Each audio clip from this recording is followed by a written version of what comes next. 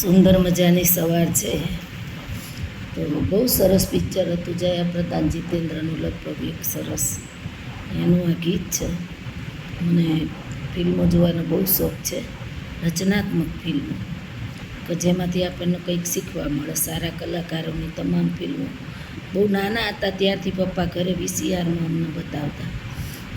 એના પણ 2-3 કિસ્સા છે, પછી વાત કરીશ. પણ આજે સુંદર સવાર છે તો સવારનું એક ગીત. ધીરે ધીરે શુભ હુઈ જાગ ઉઠી જિંદગી, ધીરે ધીરે શુભ હુઈ જાગ ઉઠી જિંદગી. पंछी चले अंबर को अंबर को अंबर को, माझी चले. माझी શબ્દ ઉપરથી યાદ આવ્યું, કાલે દશરથ માજીનો જન્મ હતો, જે પુણ્યતિથિ જન્મદિવસ. સેલ્યુટ છે એ માણસના કે આજે બહુ પતિઓ એવા ઓછા જોવા મળે કે સ્ત્રીની તકલીફ. અત્યારે તો સ્ત્રીઓને કોઈ તકલીફ જ નથી. હર્યા ભર્યા બંગલામાં આવે, ગાડીઓમાં જાય, નોકર ચાકર બધું, એટલે સ્ત્રીઓને કોઈ તકલીફ. પણ આગળની સ્ત્રીઓ, મેં પોતે પણ પાણી ભર્યું છે. હું જ્યારે લતીપુરમાં આવી ત્યારે પાણી હતું નહીં ઘરે ઘરે, અને બેડા લઈ છેક 1 કિલોમીટર દૂર ભરવા જતા.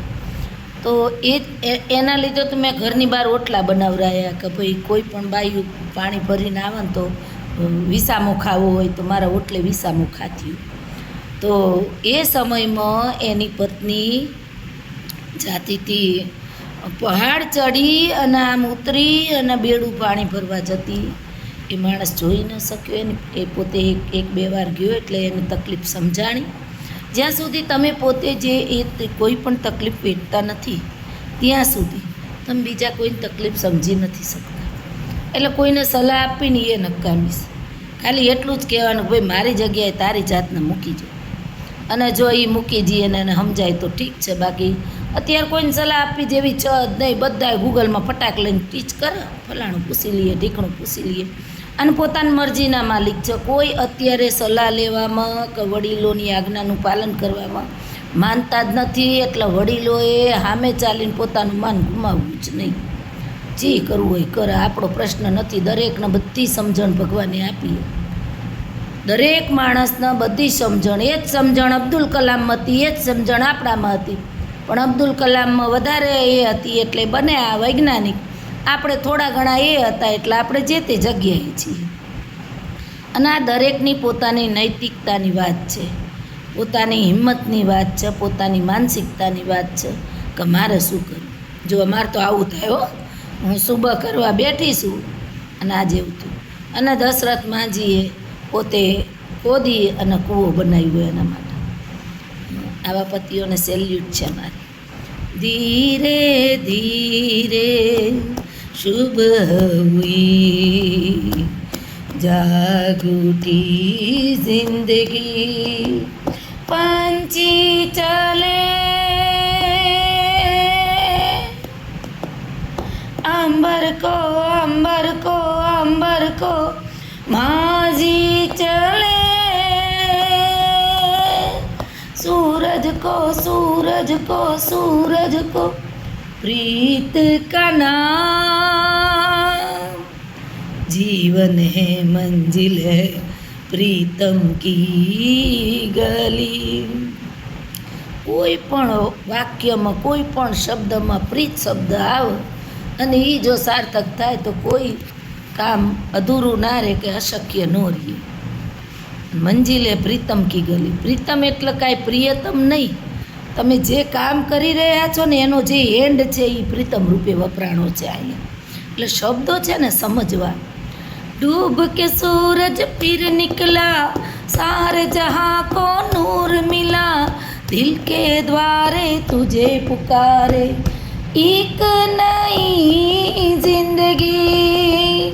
ओ डूब के सूरज फिर निकला, सारे जहां को नूर मिला, दिल के द्वारे तुझे पुकारे एक नई जिंदगी ओ प्रीत का नाम